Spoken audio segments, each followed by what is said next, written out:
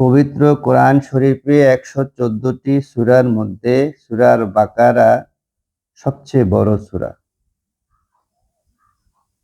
নবী করিম সাল্লাল্লাহু আলাইহি ওয়াসাল্লাম ইরশাদ করেছেন যে সূরা বাকারা পাঠ করে, কেননা এই সূরা পাঠ করলে বরকত লাভ হয় এবং পাঠ না করলে অনুতাপ এবং দুর্ভাগ্যের কারণ।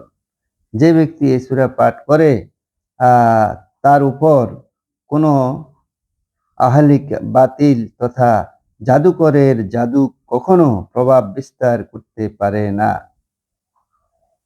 নবী করিম সাল্লাল্লাহু আলাইহি সাল্লাম এই সূরাকে সানামুল কোরআন বা জারওয়াতুল কোরআন বলে উল্লেখ করেছেন। সানাম বা জারওয়া বস্তু হচ্ছে উৎকৃষ্ট অংশ। বস্তুর উৎকৃষ্ট অংশকে সানাম বলে।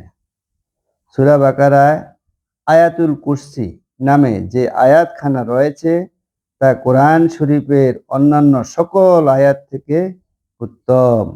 সুবহানাল্লাহি ওয়া বিহামদিহি সুবহানাল্লাহ।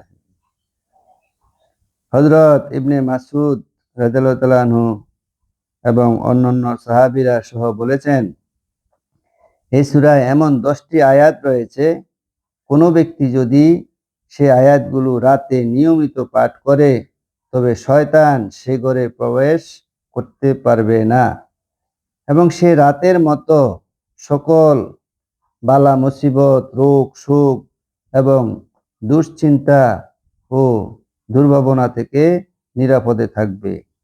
তিনি আরো বলেছেন, যদি বিকৃত মস্তিষ্ক লোকের উপর এই 10টি আয়াত পাঠ করে দম করা হয় তবে সে ব্যক্তি সুস্থতা লাভ করবে।